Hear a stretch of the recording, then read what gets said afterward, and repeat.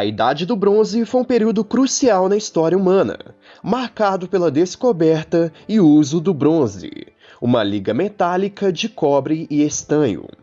Antes mesmo do domínio dos metais, os homens e mulheres utilizavam a lapidação em pedras para produzir seus utensílios para uso cotidiano.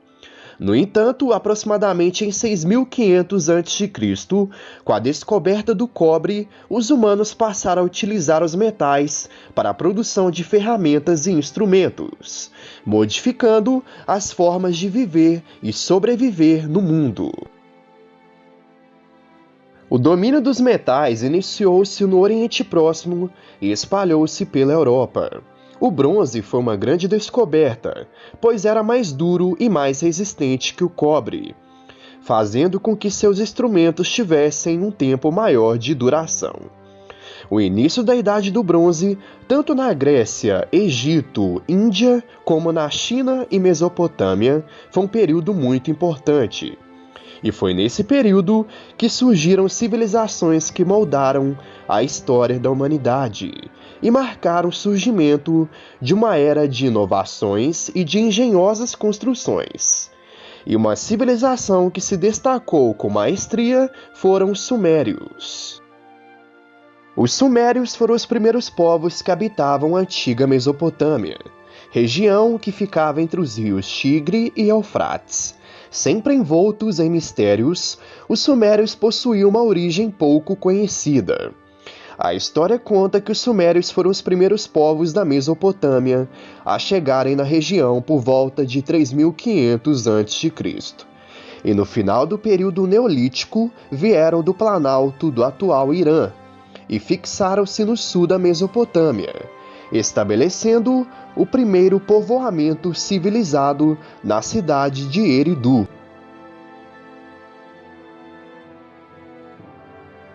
Embora a arqueologia moderna tenha estabelecido que Uruk é a cidade mais antiga da Mesopotâmia, os próprios sumérios acreditavam que a primeira cidade do mundo era Eridu. De acordo com a mitologia suméria, Eridu era governada por seu deus da sabedoria e da água Enki, que a criou dos pântanos, e estabeleceu o conceito de reinado e ordem na terra. A língua suméria era uma língua isolada, o que significa que não está diretamente relacionada a nenhuma outra língua conhecida. A língua suméria era aglutinante e considerada a mais antiga que se conhece. Além disso, os sumérios inventaram o sistema cuneiforme de escrita, que foi utilizado por toda a antiga Mesopotâmia e por povos vizinhos.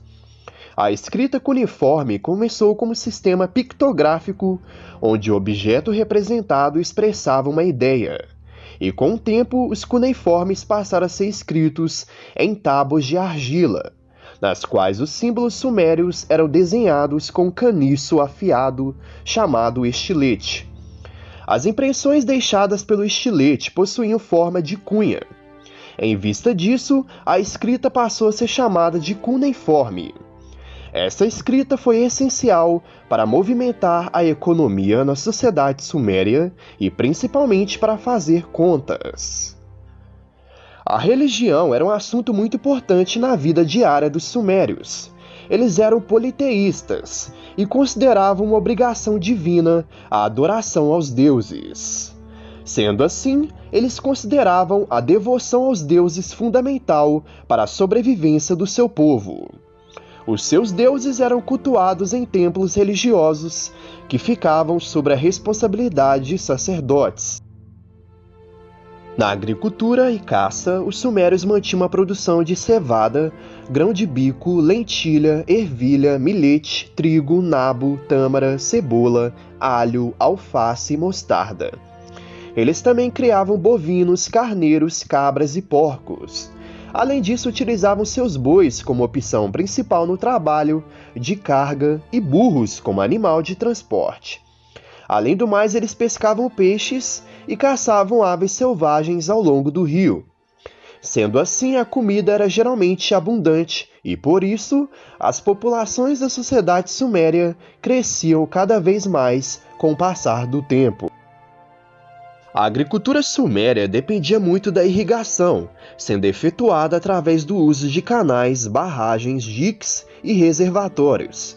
No entanto, os canais requeriam reparos frequentes e a remoção contínua de lodo. E o governo ordenava que determinados cidadãos trabalhassem na reparação dos canais. Com o uso desses canais, os fazendeiros irrigavam seus campos, então drenavam a água.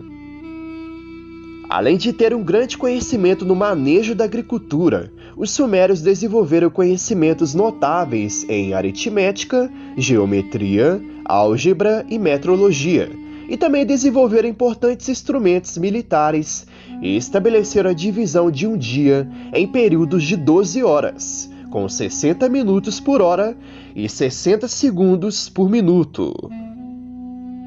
Os sumérios também são considerados inventores da astronomia, o famoso estudo da observação dos astros. Nas ruínas das cidades sumérias escavadas por arqueólogos, desde o princípio do século XX, foram encontradas muitas centenas de inscrições e textos deste povo, sobre suas observações celestes. Entre essas inscrições, existem listas específicas de constelações e posicionamento de planetas no espaço, bem como informações e manuais de observação, além de haverem textos específicos sobre o sistema solar e o movimento dos planetas em torno do Sol na sua ordem correta. Os sumérios acreditavam que o sistema solar possuía em conjunto 12 planetas, contando o Sol e a Lua, e o 10º planeta do sistema era chamado por eles de Nibiru. Essas inscrições datam de mais de 4.500 anos de idade. A cultura suméria foi marcada pela riqueza e diversidade em suas manifestações. Eles desenvolveram materiais ricos em ornamentação, usando pedras como mármore ou produzindo sofisticados itens de cerâmica, além de haverem construído diversos objetos de ouro e prata. Os sumérios também foram marcados por uma épica literatura que criaram, chamada de Epopeia de Gilgamesh. Os sumérios construíram 3 tipos de barco: os barcos de pele, feitos a partir de cana e peles de animais, os barcos à vela, caracterizados por serem feitos com betume, sendo à prova d'água, e os barcos a remo, que às vezes eram utilizados para subir a correnteza, sendo puxados a partir de ambas as margens do rio, por pessoas e animais. Os sumérios também inventaram a carroça e possivelmente as formações militares. O exército sumério consistia em sua maior parte na infantaria. A infantaria leve carregava machados de guerra, adagas e lanças. A infantaria de linha de frente também usava capacete de cobre, capas de feltro e saias de couro. As carroças inventadas pelos sumérios não funcionavam tão bem em combates, embora o time de guerra usasse as mesmas para carregar machados de guerras e lanças. Essas carroças ou carruagens sumérias consistia de um dispositivo a 4 rodas manejado por uma equipe de pessoas, geralmente 2 pessoas, e era ligado a 4 onagros. A carruagem era composta por cestos entretecidos, e as rodas possuíam um sólido design triplo. Além disso, os sumérios utilizavam fundas e arcos simples nas guerras. Os sumérios se organizavam em cidades-estados e não tinham governo centralizado. Eles fundaram cidades como Ur, Uruk, Lagash, Kish, Nippur, entre outras cidades. Nas cidades sumérias era comum ter zigurates, uma das grandes invenções sumérias. Os zigurates eram estruturas religiosas em formas de pirâmide, com vários andares, utilizados para cultos religiosos e como morada dos deuses. E também foram adotados e expandidos por outras culturas da antiga Mesopotâmia, como os babilônios e assírios. As cidades-estados sumérias eram muradas e tinham povoados que as cercavam. No entanto, com o desenvolvimento das cidades, a tentativa de supremacia de uma sobre a outra tornou-se inevitável. E isso acabou resultando em mais de 1 milênio de conflitos quase incessantes sobre o direito de uso de água, rotas de comércio e tributos a tribos nômades. Os sumérios deixaram um legado incrível na história da humanidade. Essa civilização inventou a roda, a carroça, a cerveja, os primeiros livros, escrita, a domesticação tanto de plantas como animais, a organização de cidades-estado e tiveram grandes avanços em matemática, astronomia e arquitetura. Essa civilização influenciou fortemente as demais culturas da antiga Mesopotâmia e região. No entanto, o declínio dos sumérios começou a ocorrer no final do terceiro milênio a.C. Sua decadência acabou levando à conquista de suas cidades pelos acádios, sob a liderança de Sargão I, em 2334 a.C. Porém, o que ocasionou definitivamente o fim da civilização suméria foi a invasão por parte dos Elamitas em 1750 a.C. Esse homem sentado em seu deslumbrante palácio é Sargão o Grande. Sargão foi responsável por fundar o primeiro império da história, e agora pode desfrutar tranquilamente de sua riqueza e poder. Nesse momento, ele é o homem mais poderoso da Mesopotâmia, e bastante temido pelos seus vizinhos. Responsável por fundar o poderoso Império Acadiano. A história desse monarca e do seu império é fascinante. Entretanto, para compreendermos melhor a história do Império Acádio, temos que voltar um pouco no tempo.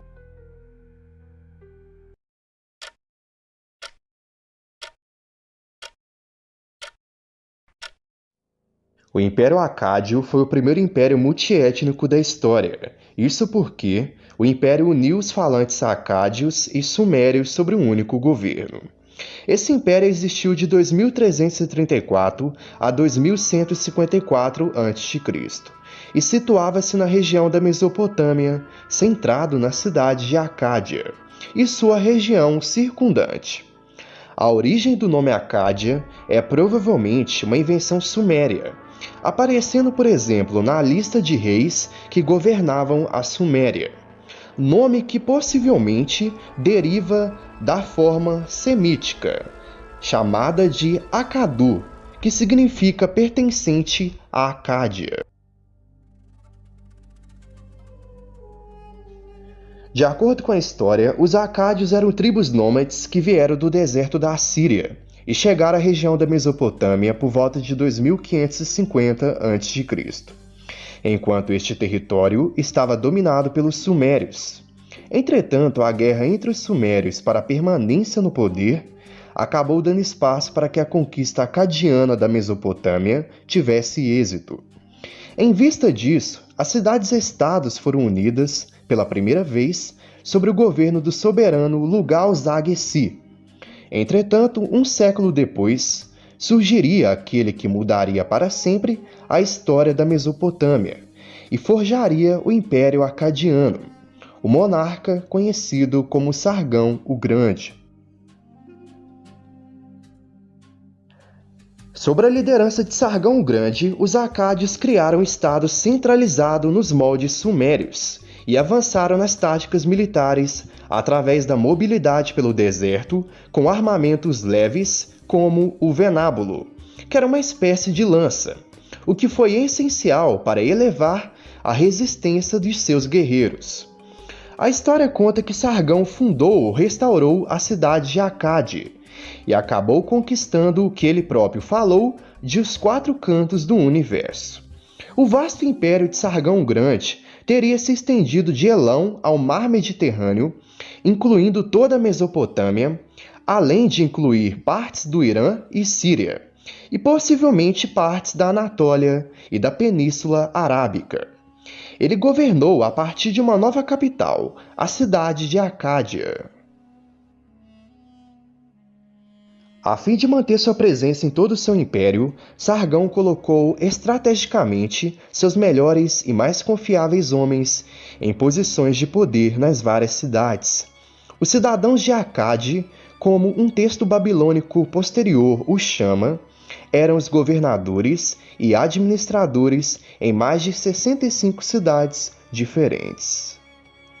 A estabilidade proporcionada por este império deu origem à construção de estradas, melhoras na irrigação, ampla influência no comércio regional, bem como os desenvolvimentos nas artes e ciências. Na arte, havia uma grande ênfase nos reis do império. Os acádios usavam as artes visuais como um vetor de ideologia e desenvolveram um novo estilo para selos cilíndricos, reutilizando decorações tradicionais de animais, porém organizando-os em torno de inscrições.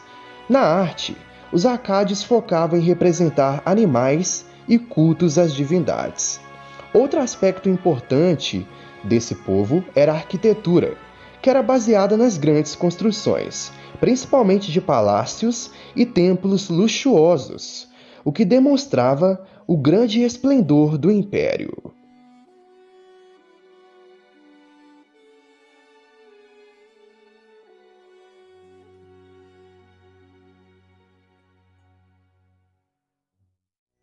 Além do mais, o Império Acadiano criou o primeiro sistema postal da história, onde tabletes de argila inscritos na escrita acadiana eram envoltos em envelopes de argila, que eram marcados com o nome e endereço do destinatário e o selo do remetente.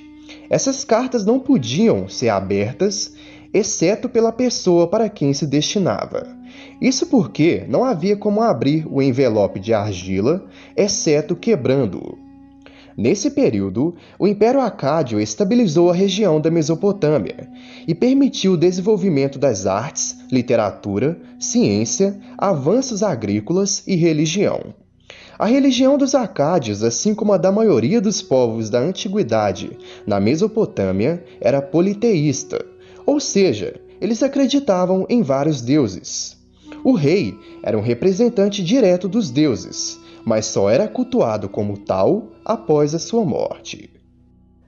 Os acádios herdaram a sua escrita dos sumérios e logo aprofundaram-a e desenvolveram-a ricamente.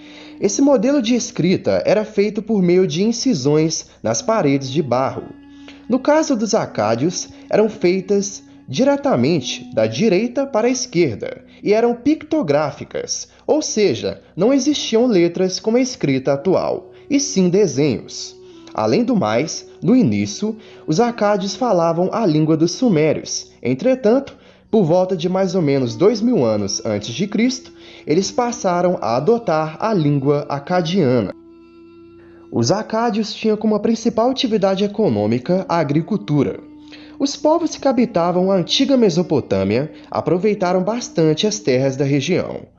O clima nessa região é bem seco, porém depois que passavam as cheias, o solo ficava mais fértil. Enquanto isso, os acádios construíam sistemas de irrigação bem sofisticados. Esses sistemas de irrigação eram geralmente construídos por agricultores desempregados.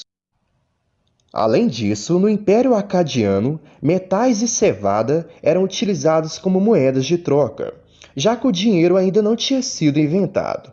As rotas de comércio foram aumentadas significativamente durante o reinado de Sargão I, que ficou no poder por 56 anos, e foi responsável pela chegada até o Oriente Médio, por meio de construções e aumento de estradas e rotas comerciais. Após a morte de Sargão o Grande, seu filho Rimushi herdou o império forjado pelo seu pai.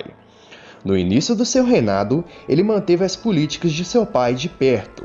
Entretanto, logo no início, ele teve que lidar com revoltas internas, principalmente de cidades que tentavam se livrar do domínio acádio. Porém, ele conseguiu manter a ordem e logo iniciou uma campanha contra os elamitas, o qual teve êxito. Logo, ele adquiriu prestígio e riqueza, graças a essa conquista. Ele reinou apenas 9 anos e logo foi sucedido por seu irmão Manish-Tuzu, que reinou de 2271 a 2261 a.C. Assim como seu irmão, ele teve que lidar com diversas revoltas em seu governo, antes mesmo de empreender novas reformas no império. Durante o seu governo, ele aumentou o comércio e, de acordo com suas inscrições, ele chegou a comercializar com povos distantes, como a civilização do Vale do Indo e também a região de Magan. Ele também realizou grandes projetos de construção em todo o império, e acredita-se que ele tenha decretado o trabalho no templo de Ishtar, em Nínive, que era considerado uma peça de arquitetura muito impressionante. Além disso, de acordo com o obelisco de Manishtuzu, ele realizou uma reforma agrária no império e acabou melhorando a vida dos seus cidadãos. Após a sua morte, seu filho Naram-Sin reinou em seu lugar, de 2261 a 2224 a.C., e foi considerado o maior dos reis acadianos. Como de costume, ele teve que reprimir rebeliões em todo o império antes que ele pudesse finalmente governar. Durante seus 36 anos de reinado, ele expandiu as fronteiras do império, manteve a ordem dentro, aumentou o comércio e, pessoalmente, fez campanha com seu exército além do Golfo Pérsico, e possivelmente empreendeu campanhas até o Egito. De acordo com a Estela da Vitória de Naram-Sin, uma grande vitória do monarca acadiano foi sobre o rei Satuni, rei do Luleb, uma tribo das montanhas. De acordo com registros da Estela, Naram-Sin aparece subindo em uma montanha e pisoteando os corpos de seus inimigos, representado como um deus. Além disso, ele alegou ser rei dos 4/4 do universo, assim como seu avô, Sargão o Grande. Ele passou a escrever seu nome como um sinal, designando-se a si próprio como um deus, semelhante aos cultuados na antiga Mesopotâmia. Após o seu grandioso reinado, seu filho Shar-Kali-Shari, que reinou entre 2223 a 2198 a.C., assume o trono da Acádia. Durante o seu governo, ele foi responsável por reconstruir o templo de Enlil, localizado na cidade suméria de Nippur. Durante o seu reinado, ele enfrentou grandes dificuldades para conter as revoltas após a morte de seu pai, mas ao contrário de seus antecessores, ele não conseguiu manter a ordem do império, que logo começou a desintegrar. Durante o seu governo, ele travou uma guerra extensa contra os Elamitas, os amorreus e também contra os povos gútios. Em vista disso, devido às invasões estrangeiras, revoltas internas e mudanças climáticas, o Império Acádio chegou ao seu fim. A Babilônia era considerada uma das maiores e mais belas cidades do mundo antigo. A cidade possuía belas obras arquitetônicas, templos e palácios luxuosos que atraíam inúmeros turistas de todo o mundo conhecido. Essa cidade atingiu seu auge de esplendor a partir do ano 605 a.C., durante o reinado do rei Nabucodonosor II, um monarca que ficou conhecido por inovar a cidade e transformá-la em um poderoso e temido império. Mas para compreendermos melhor essa história, temos que voltar um pouco no tempo.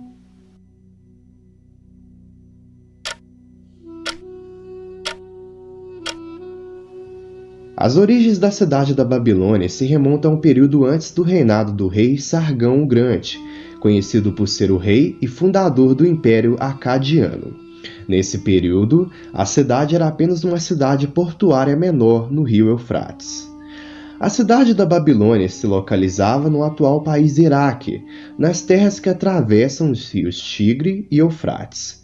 Essa cidade futuramente iria abrigar um dos maiores impérios do mundo, e que se iniciou com o reinado de Hammurabi. Hammurabi reinou entre 1792 a 1750 a.C.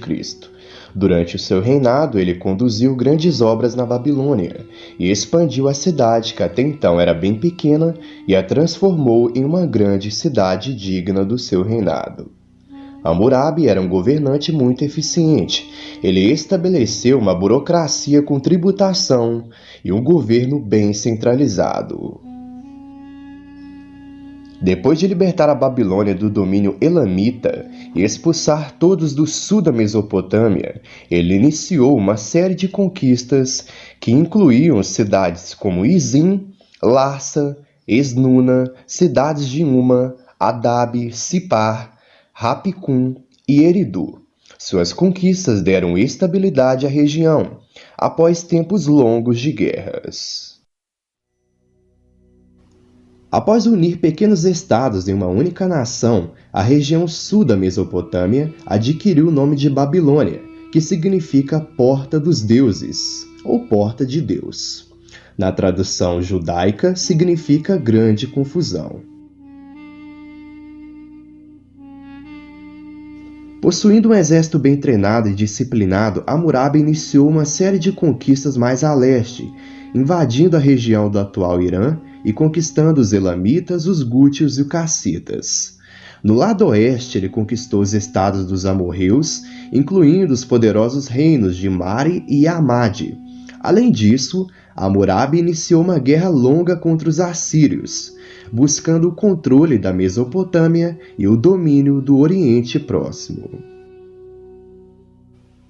Durante o seu reinado, Hammurabi criou também o primeiro código de leis da Babilônia e o primeiro da história humana, uma estratégia bem eficaz para manter a paz e incentivar a prosperidade. Esse código de leis se baseava na lei do talião, que punia um criminoso de uma forma semelhante ao crime cometido, ou seja, olho por olho e dente por dente. O Código de Hammurabi era constituído por 281 preceitos gravados em uma pedra negra e cilíndrica feita de diorito. Durante o seu reinado bem eficiente, ele elevou as muralhas da cidade e iniciou uma série de grandes obras públicas, que incluíam templos opulentos e canais, e também fez da diplomacia uma das partes principais de sua administração. Por volta de 1755 a.C., ele já tinha unido toda a região da Mesopotâmia sob o domínio babilônico, em uma cidade enorme e com uma população de mais de 100 mil pessoas. Entretanto, após a morte de Hammurabi, seu império passou a desmoronar e acabou diminuindo de tamanho. Sobre o reinado do seu sucessor e filho, conhecido como Sansiluna, que reinou entre 1749 e 1712 a.C., o extremo sul da Mesopotâmia acabou sendo perdido, o que fragmentou ainda mais o império. A queda do primeiro império babilônico acontece no século XVI a.C., quando a cidade e regiões do império foram dominadas pelos hititas e cassitas, chegando assim ao fim do primeiro império babilônico e o domínio da região. Alguns séculos depois, a Babilônia reacende novamente no ano 612 a.C., iniciando assim o período conhecido como Segundo Império Babilônico. Tudo inicia quando o líder Nabopolassar, que reinou entre 626 a 605 a.C., líder dos caldeus, acabou iniciando uma série de revoltas civis internas e unificou os territórios, dando início ao Segundo Império Babilônico, o que resultou no fim do domínio assírio na região. 7 anos depois, após a morte de Nabopolassar, seu filho Nabucodonosor II assume o trono da Babilônia e faz o possível para expandir seu domínio pela Mesopotâmia. Ele investiu pesado no seu exército e conquistou os territórios do Egito, Assíria, Jerusalém, Fenícia, partes da Arábia, Síria e Elã, tornando-se a maior liderança do Oriente Médio da Antiguidade. Durante o reinado de Nabucodonosor, a Babilônia vivenciou seu auge do desenvolvimento arquitetônico, representado pela construção das muralhas que protegiam fortemente a cidade, os luxuosos palácios que foram construídos para os funcionários públicos e os famosos jardins suspensos da Babilônia, famoso por ser uma das 7 maravilhas do mundo antigo. Os jardins suspensos foram construídos por ordem de Nabucodonosor, em um presente que ele dedicou à sua esposa Amitis. O motivo é que a sua esposa tinha nascido em terras montanhosas e verdejantes e frequentemente sentia saudades de sua terra natal. Por esse motivo, o monarca dedicou à sua esposa esse jardim, que era semelhante a um palácio, com grandes terraços e com um belo jardim oriental, formado por fontes e diversas espécies de plantas.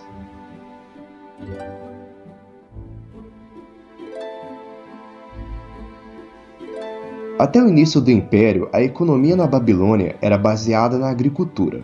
Porém, a partir do reinado de Nabucodonosor, o trabalho nas obras públicas passou a ser a principal fonte de renda, que era bem importante para a população local, que acabava recebendo pelos seus serviços prestados ao Estado. Além da agricultura e arquitetura, a produção de linho a partir de lã de ovelhas e cabras passou a ser uma das bases econômicas da Babilônia. Por volta do ano 600 a.C., a Babilônia era tão impressionante que era considerado o centro do mundo, tanto pelos próprios babilônios e aparentemente pelas pessoas que a visitavam. Os grandes templos e monumentos foram acentuados e tornados acessíveis por novas estradas, e foi criado também o caminho processional para o Festival de Marduk, uma antiga divindade mesopotâmica cultuada pelos babilônios. Neste festival, a estátua da divindade era tirada do templo e desfilada pela cidade e para fora dos portões. Esse caminho era envolto com mais de 120 imagens de leões, dragões, touros e flores de ouro, que decoravam as paredes extensas e fortificadas. Além do mais, durante o seu reinado, Nabucodonosor II construiu a famosa Porta de Ishtar, que era a principal porta da cidade. A Porta de Ishtar foi dedicada à deusa babilônica Ishtar, e na porta da entrada, a beleza das figuras chamavam a atenção de todos, representadas por figuras de leões, touros e dragões. Possuindo duplos portões em sua entrada, o portal abrigava uma vasta antecâmara, com teto e vidros de cedro. A extrema beleza e riqueza nos detalhes artísticos elevaram o portal de Ishtar ao status de uma das maiores maravilhas do mundo antigo. Em 598 a 597 a.C., Nabucodonosor marchou com seu exército sobre o reino de Judá em Canaã e sitiou sua capital Jerusalém, enviando os cidadãos de elite da cidade para a Babilônia, o que deu início ao período conhecido como cativeiro babilônico dos judeus. A história conta que o reino de Judá tentou resistir, o que resultou em mais campanhas militares de Nabucodonosor contra o reino, o que resultou na destruição de Jerusalém em 587 a 586 a.C., em uma das campanhas empreendidas pelo monarca.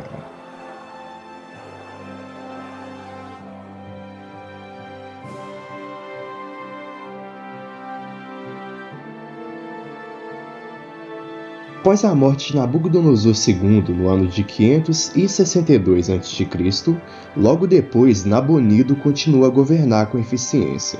Nabonido ficou conhecido por ser o primeiro arqueólogo. Isso porque o monarca investiu seus esforços na restauração dos locais mais antigos, como o zigurate de Ur. Nabonido, ao lado de seu filho Belsazar, não mediu esforços para manter o império deixado por Nabucodonosor. Porém, em 539 a.C., o império caiu após a batalha contra os persas, que estavam sendo liderados por Ciro o Grande. As muralhas da cidade eram bem difíceis de transpor e derrubar. Então os persas planejaram um plano pela qual desviaram o curso do rio Eufrates com o intuito de diminuir a água do rio. E enquanto os moradores da cidade se distraíam com seus grandes dias de festas religiosas, o exército persa avançou sobre o rio e marchou sobre os muros da Babilônia, sem que ninguém tivesse percebido, o que resultou na tomada da cidade sem que precisasse haver combate. Porém, alguns historiadores acreditam que houve resistência por parte dos babilônicos. Após a queda da Babilônia, a região ficou sob o domínio dos persas. Na antiga Mesopotâmia, um poderoso império que outrora dominou vastos territórios ficou totalmente oculto e esquecido com o passar do tempo. Começando por apenas um pequeno reino formado pelos povos hurritas, o Império de Mitanni, no seu auge, chegou a dominar vastas terras que se estendiam do norte da Mesopotâmia, abrangendo a região do atual norte do Iraque e sudeste da Turquia, passando pela Síria e chegando à atual Turquia. E no vídeo de hoje vamos conhecer a história dos hurritas e o Império de Mitanni. No entanto, para conhecermos melhor sua história, temos que voltar um pouco no tempo.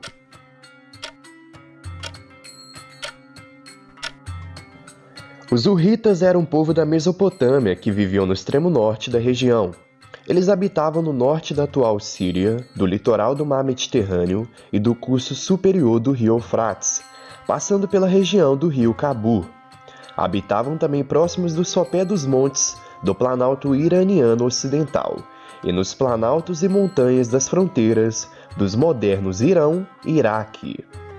O nome que esse povo atribuíam a si próprios era Urri, nome de onde deriva o vocábulo do nome Hurrita. E a região em que esse povo habitava e estabelecera o seu reino chama-se Mitanni, em algumas traduções. Os assírios chamavam essa região de Anigalbate, em seus registros contemporâneos. De acordo com os registros históricos, possivelmente os hurritas resultaram da fusão entre dois povos diferentes. Um era povo nativo da região que habitava a Alta Mesopotâmia há muito tempo, e que falava uma língua que não era da família linguística indo-europeia e nem do tronco semita, mas que era de uma família linguística própria, atualmente denominada de Urartiana. O outro era um povo falante de uma língua indo-europeia, oriundo da região ocidental do Planalto Iraniano. Talvez no século XVIII ou XVII a.C., povos que se autodenominavam de arianos. A história conta que esse povo conquistou a Alta Mesopotâmia, tornando-se governantes desse território e formaram a aristocracia que futuramente comandaria o Império de Mitanni. No entanto, o parentesco das línguas destes povos com outras famílias linguísticas ainda estão em debate. De acordo com os registros históricos, os hurritas possivelmente migraram da região da Ásia Central e, juntos com os povos cassitas, migraram para o ocidente e estabeleceram-se na região denominada de Mitanni, formando um poderoso reino na região. Como muitos povos da antiga Mesopotâmia, os hurritas usavam a escrita cuneiforme para grafar sua correspondência, textos literários, hinos e etc. Um tablete cuneiforme do século XVIII a.C., encontrado no reino sírio de Ugarit, traz o que é possivelmente a composição musical mais antiga registrada pela história, o hino conhecido como hino anical, que foi reproduzido, segundo as instruções do tablete cuneiforme, por músicos contemporâneos. Os hurritas se organizavam numa monarquia em que o mais ilustre dos guerreiros era o rei, e estavam divididos em classes de guerreiros. Os sacerdotes adoravam o deus Mitra, conhecido como vencedor da luz contra as trevas de Indra, que dominava as tempestades, e de Varuna, condutor do curso eternamente regular do universo. A esses deuses entoavam um cântico denominado de mantra. Os hurritas possuíam uma política rígida de impostos em relação a outros povos da região, e quem não pagasse era invadido e perdia todos os seus bens. Eles eram criadores de cavalos e, de acordo com relatos, os hurritas apreciavam mais esses animais do que os próprios homens. Eles chegavam até mesmo a treiná-los para não relincharem durante os combates, pois poderiam denunciar as tropas numa emboscada. Além disso, os hurritas também utilizavam o carro de combate principalmente nas guerras, sempre à frente da infantaria. A cerâmica hurrita foi bem famosa na antiguidade, sendo cotada em terras longínquas como o Egito. Junto à cerâmica, os hurritas também destacam na metalurgia, de tal modo que a maioria das palavras usadas pelos sumérios para referir a esta arte são de origem hurrita. O primeiro estado hurrita documentado foi criado em torno da cidade de Urkesh, que já se encontra registrado em documentos de 2100 a.C., procedentes da cidade de Ur. Durante o auge do Império Acádio sob o governo de Naram-Sin, muitos reinos hurritas primitivos estiveram sob o domínio dos acadianos, e assim permaneceram até a queda do Império Acádio em 2190 a.C. Sendo assim, os príncipes hurritas mantiveram as tradições e a língua acadiana após a queda do Império, e se apresentavam como sucessores do poder de Acádia, buscando legitimar seu domínio monárquico. No período que antecede o estabelecimento de um grande reino hurrita, confrontos colocaram os hurritas contra os reis da terceira dinastia de Ur. E no final do século XIX a.C., eles passaram para a órbita de influência do Império Assírio, que estava sob o governo de Sanciedade I. Ao analisar os poucos registros, supõe que os estados hurritas independentes do século XIX a.C. se uniram gradualmente nos anos seguintes, transformando-se no império de grandes dimensões até o século XVI a.C. Nesta época, documentos hititas e egípcios se referem a um grande poder hurrita estabelecido a leste do rio Eufrates. Por volta de 1458 a.C., o faraó egípcio Tutemés III enfrentou príncipes de pequenos estados do Oriente Próximo, aliados do Império Hurrita de Mitanni, num confronto pela supremacia política na região da Síria, tendo saído vitorioso. No entanto, ele não conseguiu avançar o suficiente para forçar um confronto direto com os hurritas, que ao final do século XV a.C. alcançaram o ápice de seu desenvolvimento político, sobre o reinado de Salstatar. Este monarca conquistou, por exemplo, a cidade de Assur, capital da Assíria. E relatos hurritas contam como o rei carregou ouro e prata saqueados de Assur para a então capital de Mitanni. Após o confronto com o faraó Tutemés III, Mitanni deixou de ser visto como reino inimigo pelos egípcios, e durante o reinado do faraó Tutemés IV, ambos impérios se aliaram para lutar contra os hititas na Anatólia, aliança que foi selada com o casamento de uma princesa egípcia com o rei hurrita. Com a ascensão do faraó Akhenaton, que reinou entre 1353 a 1337 a.C., os faraós posteriores passaram a não se interessar mais em deter a expansão dos hititas na Ásia e passaram a centrar suas atenções nos distúrbios políticos religiosos internos. Sendo assim, Mitanni se viu isolado no momento em que hititas e assírios aumentavam gradualmente seu poder militar, ameaçando seriamente as pretensões imperiais dos hurritas. Nessa época, o rei de Mitanni era Tuserata, que teve sua legitimidade ao trono contestada por grupos internos, o que acabou levando a conflitos internos dentro do império. Em vista disso, a posição hurrita na Assíria se enfraqueceu e foi reconquistada pelos hititas por volta de 1350 a.C. Vivendo um grande declínio, os assírios aproveitaram a ocasião e marcharam por toda a região norte da Mesopotâmia, anexando o que restou do Império Hurrita de Mitanni. E por volta de 1200 a.C., a língua hurrita já havia desaparecido dos registros cuneiformes, o que atestou a queda de um grande império. Situado a leste da antiga Mesopotâmia, originou-se uma das civilizações mais sofisticadas e poderosas da Idade do Bronze, os Elamitas, também conhecidos como Elão. Em seu tempo, os Elamitas foram grandes rivais dos Sumérios e também Acádios, e chegaram até a disputar a hegemonia do Oriente Próximo com os poderosos Babilônios e Assírios. No vídeo de hoje, vamos conhecer a história dessa rica civilização que constituiu um dos reinos mais poderosos da antiga Mesopotâmia. Entretanto, para compreendermos melhor essa história, temos que voltar um pouco no tempo. Os Elamitas foi uma das primeiras civilizações de que se tem registro no extremo oeste e sudoeste do que é hoje o Irã, e existiu de 2700 a.C. até 539 a.C. Entretanto, a história do Elão é bem mais antiga do que se pensa, e estabeleceram-se como uma das primeiras civilizações do Planalto iraniano.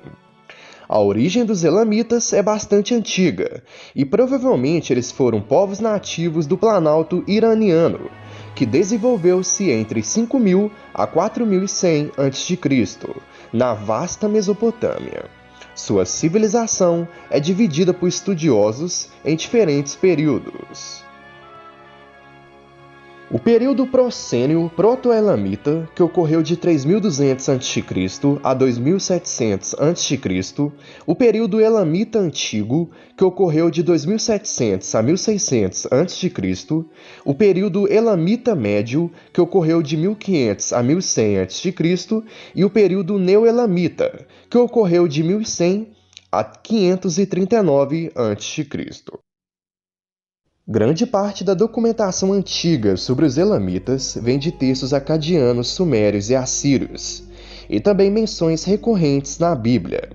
Segundo os relatos bíblicos, no livro de Gênesis, capítulo 10, Elã seria filho de Sem e neto de Noé, o que explicaria o uso do nome Elão, e que posteriormente indicaria que os Elamitas seriam descendentes e pertencentes às nações semitas. Há outras versões que dizem que o nome Elão possa significar terra alta, ou na versão suméria significa habitantes do Planaltos, e servia para designar qualquer um que vivia na região das montanhas Zagros, que correspondia às fronteiras dos próprios Elamitas. Os Elamitas, por sua vez, se autodenominavam de Altamante, e é conhecido pelos antigos gregos como Susiana. Isso porque eles fundaram a cidade de Suzã, que futuramente se tornaria uma importante capital do Império Persa. A cidade de Suzã era o coração político e cultural dos Elamitas, e desempenhou um papel vital na história e identidade desse reino. Não se sabe a origem étnica dos Elamitas, mas é possível que eles sejam resultado de uma miscigenação entre imigrantes semitas do sul do atual Iraque e a população que habitava essa região há milênios atrás. A língua dos Elamitas, assim como as sumérias, não possuía nenhuma relação com as linguagens próximas, e é uma língua isolada e atualmente extinta. Elã passou a se desenvolver como civilização por volta de 3000 a.C., se estabelecendo no Planalto iraniano a partir de 2700 a.C. Elã viria a se tornar uma potência regional praticamente ao mesmo tempo em que Sargão da Acádia havia unificado as cidades-estados sumérias sobre seu governo. E foi a partir desse momento em que a Mesopotâmia e Elã duelaram constantemente pelo controle e soberania da região.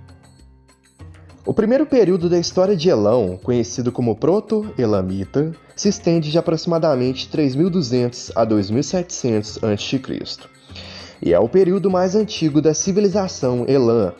Localizada perto dos rios Tigre e Eufrates, a antiga civilização elamita nesse período passou por um processo de urbanização muito importante. Com a invasão dos sumérios, os primeiros estados elamitas se uniram em uma coalizão e formaram uma sociedade unificada sob o domínio sumério. Nesse período, Elã sofreu uma forte influência estrangeira, principalmente dos sumérios, e também acabou integrando os elamitas, apesar da influência, nas dinâmicas políticas e culturais da região. A religião dos Elamitas era politeísta, ou seja, eles acreditavam em vários deuses. Uma das mais importantes divindades cultuadas foi a deusa Kirishna, um nome encontrado em outros sistemas de crença de povos desta região. Essa deusa estava acima do panteão de deuses elamitas, o que indica que essa civilização seguia o matriarcado na sua religião. No terceiro milênio a.C., essa deusa exibia um indiscutível poder à frente do panteão de deuses de Elam.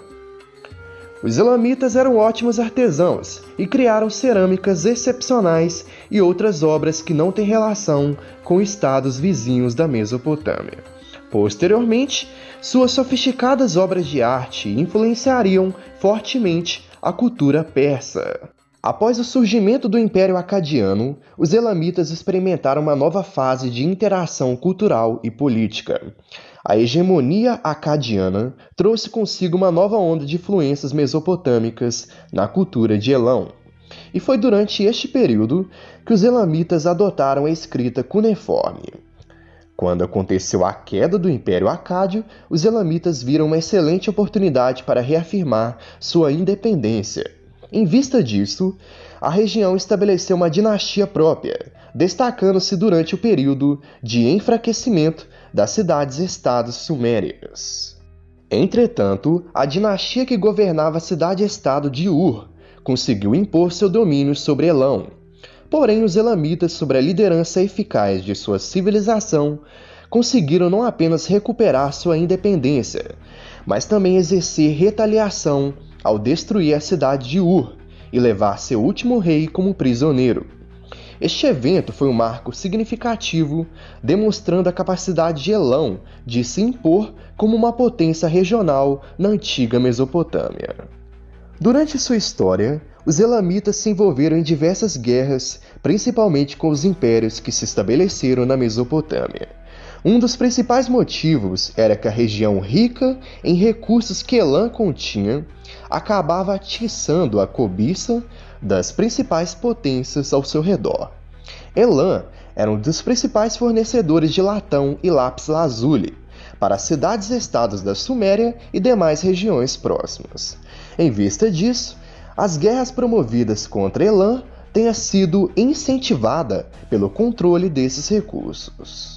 Esses recursos eram fundamentais para a produção de armas, utensílios agrícolas, joias e estrutura pelos povos da Mesopotâmia. Os elamitas contavam com poderosas carruagens de guerra, semelhantes às utilizadas pelos antigos sumérios.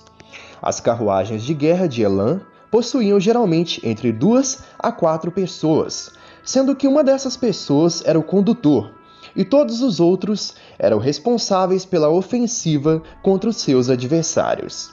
Esses guerreiros que lutavam a bordo da carruagem utilizavam geralmente arcos e flechas. Também havia a possibilidade de um desses guerreiros utilizar lanças, porém não era tão comum. Os tripulantes da carruagem elamita eram movidos por 2 ou 4 asnos, e somente após a expansão dos assírios eles passaram a serem movidos por cavalos. O condutor da carruagem ficava sentado atrás dos animais, enquanto um dos arqueiros ficava de pé próximo a ele, de frente para o campo de batalha. Os outros 2 guerreiros ficariam sentados ou de pé na ponta, na porta da carroceria, atirando naqueles que estavam se retirando ou que eram ultrapassados pela carruagem. A carruagem elamita não tinha como propósito o avanço para atacar diretamente as linhas inimigas e quebrar sua formação, e sim utilizada como uma plataforma de ataque e mobilidade para os arqueiros. Essas carruagens de guerra, portanto, corriam o campo de batalha para isolar e atacar seus inimigos com uma saraivada de flechas. Como a maioria dos seus tripulantes eram arqueiros, é possível que as carruagens não se aproximassem muito das fileiras inimigas, mantendo uma distância segura para atacá-los com as flechas e manobrarem para outro local rapidamente, ou então passando rente aos seus adversários para manterem um ataque constante. As carruagens também eram utilizadas para práticas de caça esportiva, que eram realizadas entre membros da aristocracia de Elam. Portanto, é possível que esses nobres elamitas fossem para o combate em suas carruagens, utilizando as carruagens como uma plataforma de comando, o que acabava permitindo que o líder militar estivesse em vários locais da batalha, se deslocando rapidamente e organizando o seu exército. Os guerreiros elamitas geralmente não lutavam apenas a favor de seus próprios reinos, mas também eram empregados como mercenários, principalmente pelos sumérios. Muitos mercenários elamitas foram utilizados para defender a fronteira com a própria região de Elam. Os guerreiros elamitas eram principalmente guerreiros de infantaria, porém se destacavam grandemente pela proeza em que utilizavam o arco e flecha.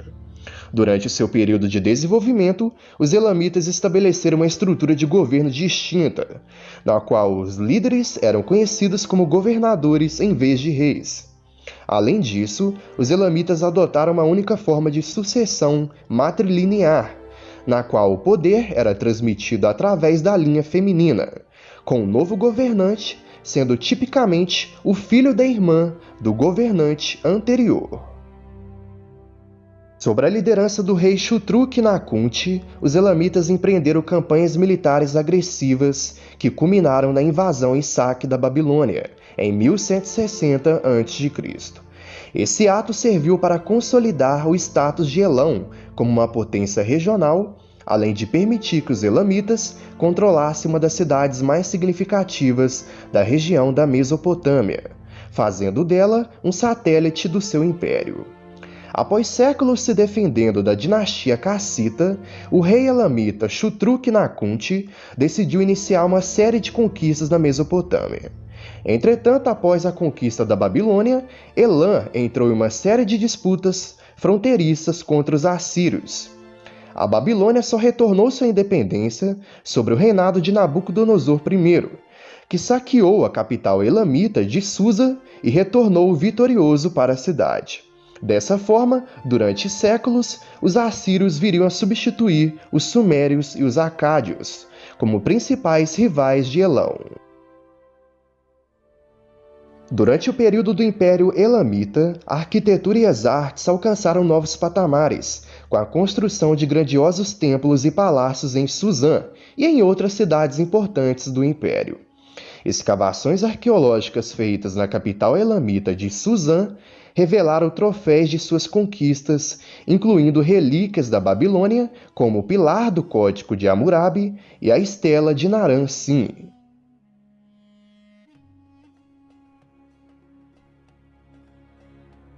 Os elamitas duelaram constantemente para manter a soberania do seu território, e foi alvo de diversas conquistas. Porém, sempre que possível, conseguiam sua independência novamente, alcançando um período de grandeza como o primeiro reino iraniano da história.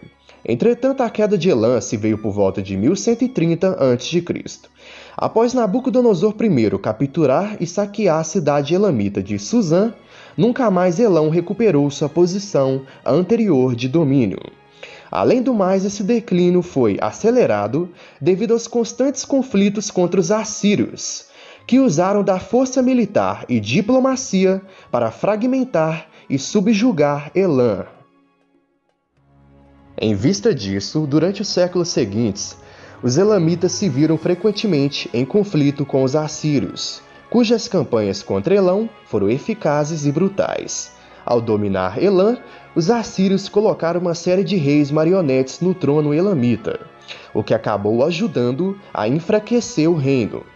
A queda de Elão se veio de maneira definitiva após a devastadora campanha militar de Assurbanipal em 640 a.C., o que acabou destruindo a cidade elamita de Suzã e provocando a queda de Elam. Por volta do século 6 a.C., o rei Nabucodonosor II da Babilônia expandiu o Império Babilônico e consolidou o controle sobre vastas regiões, incluindo Elão. A conquista do Império Babilônico resultou na redução significativa da independência política de Elão, e logo a cidade de Suzã foi integrada ao Império Babilônico como uma importante província administrativa e militar. Logo depois, com a chegada dos persas, liderados por Ciro o Grande, a região dos elamitas ficou sob o controle do Império Aquimênida, e logo a cidade de Suzã foi transformada na sua capital. A cidade foi revitalizada e expandida, tornando-se um importante centro administrativo e um dos locais de residência do governante persa durante certos períodos do ano. Os hititas foram um povo indo-europeu que no segundo milênio a.C. fundaram um poderoso império na região central da Anatólia, atual Turquia. No seu auge, o Império Hitita se estendia pela Anatólia e regiões do Líbano e Síria. Acredita-se que os hititas tenham entrado na Ásia Menor por volta do século XX a.C., passando pela região do Cáucaso. Os hititas são mencionados na Bíblia. Em diversas passagens, eles são citados como heteus, em algumas traduções. São listados no livro de Gênesis, capítulo 10, versículo 15, como uma das nações cananeias descendentes de Et. Além disso, os hititas são descritos como um povo que vivia entre os israelitas, mas que tinham seus próprios reis e territórios. Urias, marido de Betseba, citado nas descrições bíblicas, era hitita, como mencionado no livro de Samuel. Até o final do século XIX, as únicas referências sobre os hititas provinham de pequenas referências na Odisseia, onde são chamados de quetas, e de algumas passagens no Velho Testamento bíblico. A descoberta das primeiras ruínas misteriosas dos hititas aconteceu no ano de 1839, na região da Turquia. Porém, a comunidade científica não se sensibilizou com o descobrimento, e quando o arqueólogo Henry Sayce disse que se tratava das ruínas dos heteus descritos na Bíblia, acabou sendo ridicularizado na comunidade acadêmica. A confirmação da teoria de Henry aconteceu entre 1863 e 1913, quando o arqueólogo alemão Hugo Winkler, ao realizar escavações, acabou encontrando mais de 10.000 tabletes em escrita cuneiforme, pertencentes aos antigos reis da cidade de Ati. Somente na primeira década do século XX aconteceu a decifração da escrita hitita e finalmente pôde-se descobrir mais sobre essa civilização. Para entendermos melhor a história dos hititas, temos que compreender que ela é dividida em períodos, de acordo com estudiosos. Ela se divide entre o Reino Antigo, que aconteceu entre 1700 a 1500 a.C., e o Novo Reino, também conhecido como Império Hitita, que ocorreu entre 1400 e 1200 a.C.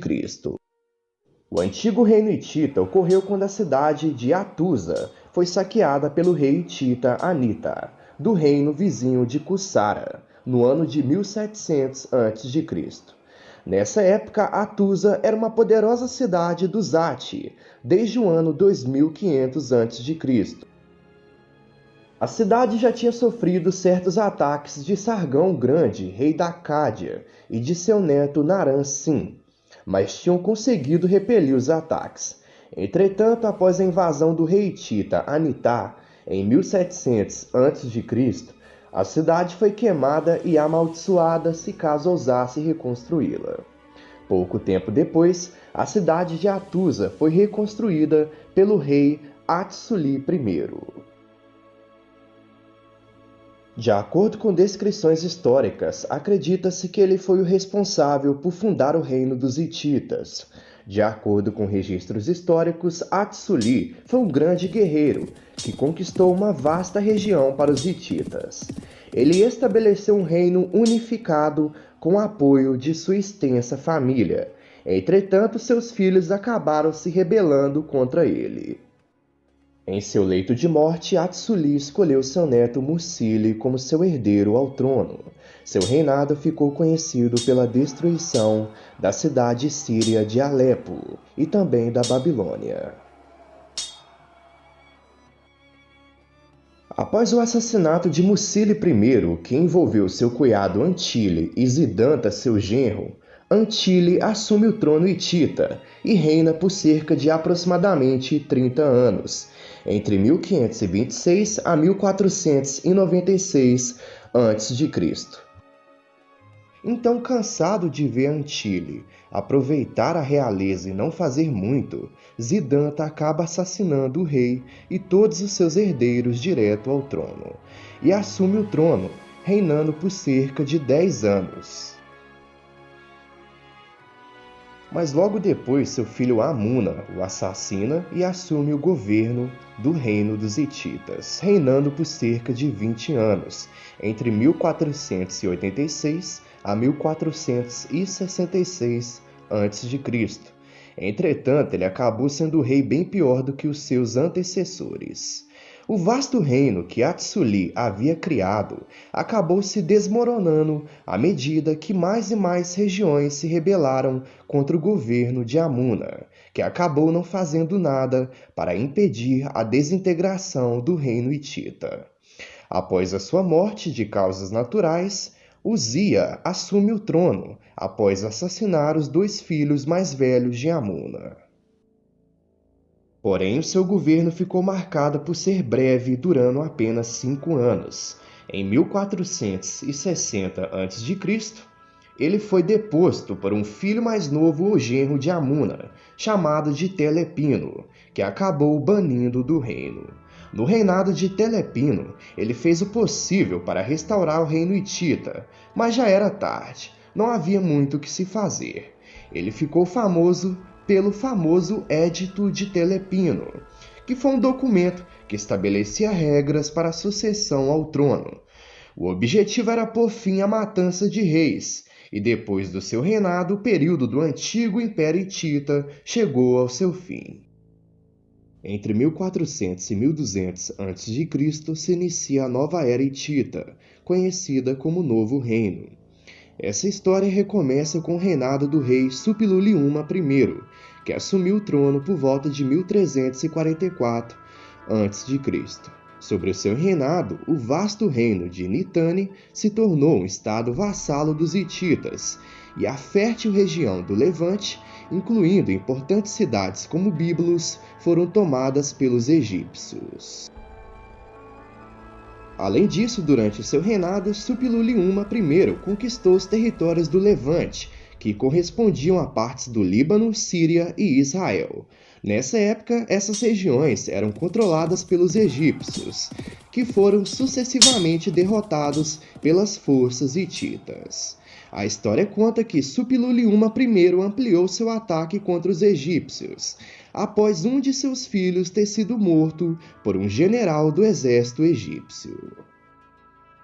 No ano de 1322 a.C., Suppiluliuma I acaba morrendo devido a uma praga que se espalhou pela região. Acredita-se que os cativos egípcios que ele trouxe de volta como escravos de suas conquistas trouxeram a praga que se espalhou pela capital hitita conhecida como Atusa. Logo após a sua morte, seu filho Arnuanda II assumiu o trono dos hititas, porém ele também acabou morrendo da mesma praga que acometeu seu pai. Em vista disso, o filho mais novo de Suppiluliuma I, Mucili II, assume o trono hitita.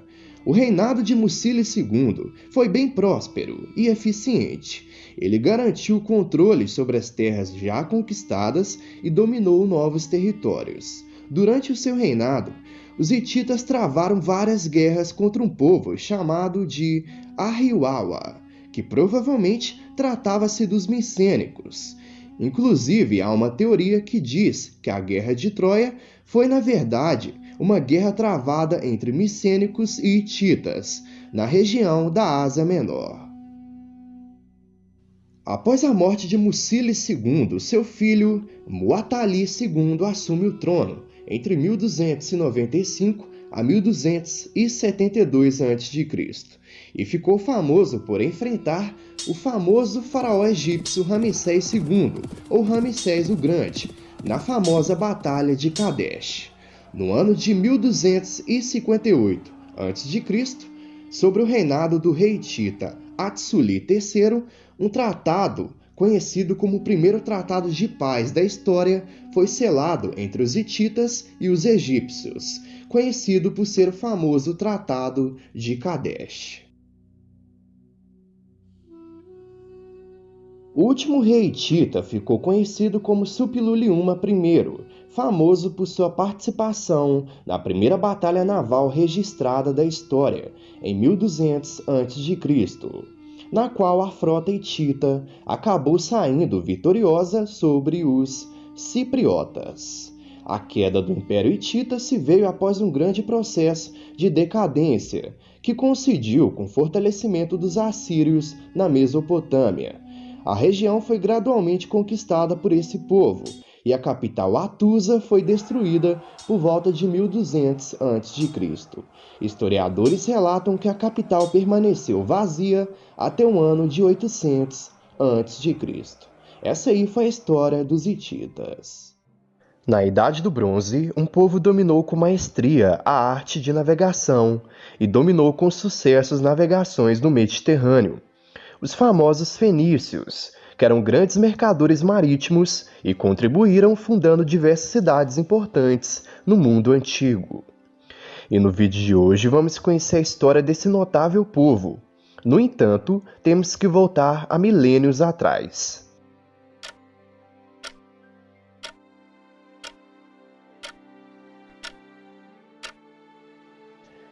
Os fenícios estavam localizados em uma estreita faixa costeira entre as montanhas do Líbano e o mar Mediterrâneo, e logo desenvolveram extensas rotas comerciais que conectavam o Mediterrâneo ao Atlântico, explorando recursos como madeira de cedro, vidro e tecidos púrpura.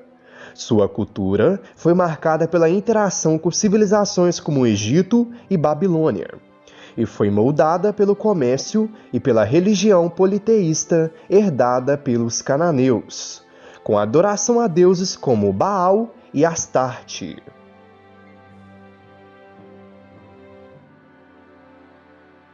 Os fenícios foram a primeira sociedade a fazer um uso extenso, em nível estatal, do alfabeto.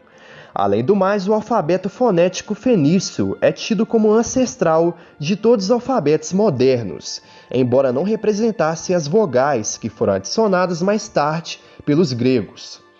Os fenícios falavam o idioma fenício, que pertence ao grupo canaíta, da família linguística semita, sendo considerado língua irmã do hebraico.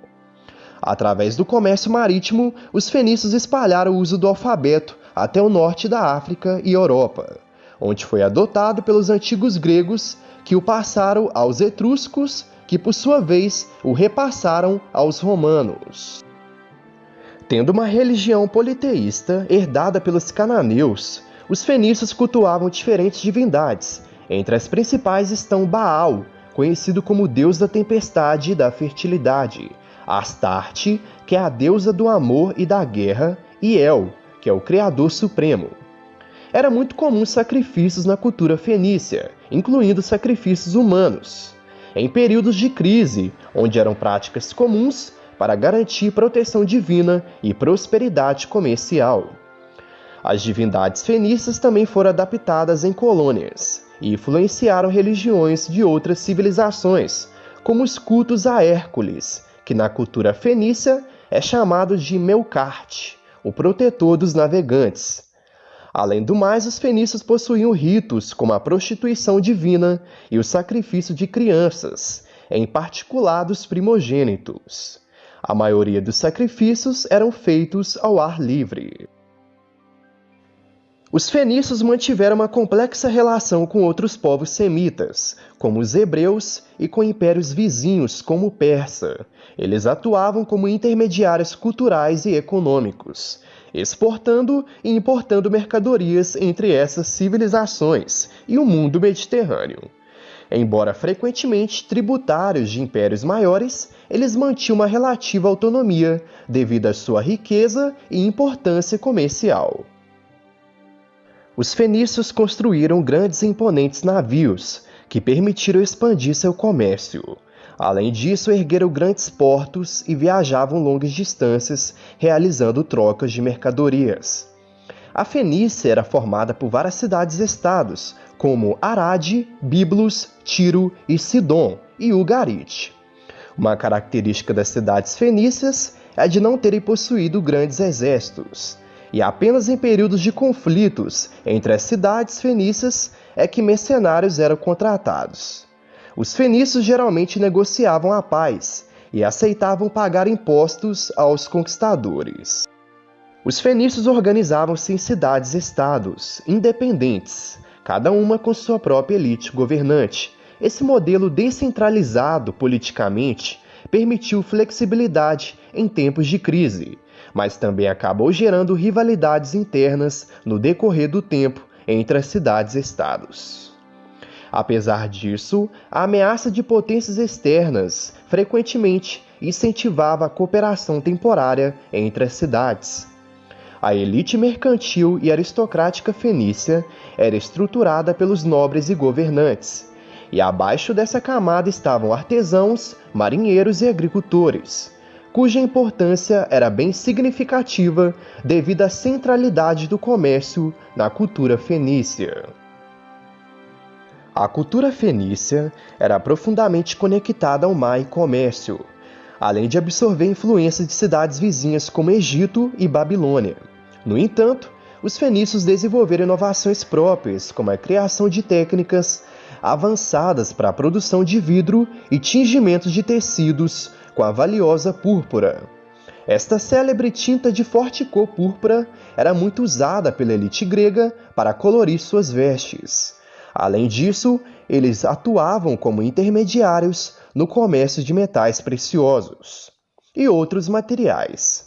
À medida que o comércio e o processo de colonização se espalhou pelo Mediterrâneo, os fenícios e gregos parecem ter de maneira inconsciente dividido aquele mar em duas partes. Os fenícios que dominavam a parte meridional do mar e os gregos que mantinham suas atividades nas costas setentrionais. As culturas se confrontaram muito ao decorrer do tempo, como na Cilícia, que eventualmente foi repartida em duas esferas de influência, a fenícia no sudoeste e a grega no nordeste da ilha. A arte fenícia caracterizou-se principalmente pela produção de objetos ornamentais, como joias, cerâmicas e vidro. Influenciados por outras culturas, especialmente a egípcia, grega e a assíria. Os fenícios desenvolveram um estilo artístico que combinava elementos de diferentes tradições, como a representação de divindades e figuras humanas em marfim, pedra e terracota. A posição da Fenícia era estratégica, sendo o local de encontro de 3 continentes, Ásia, África e Europa. Aproveitando-se dessa situação, os fenícios foram intermediários nas relações comerciais dos povos dos 3 continentes.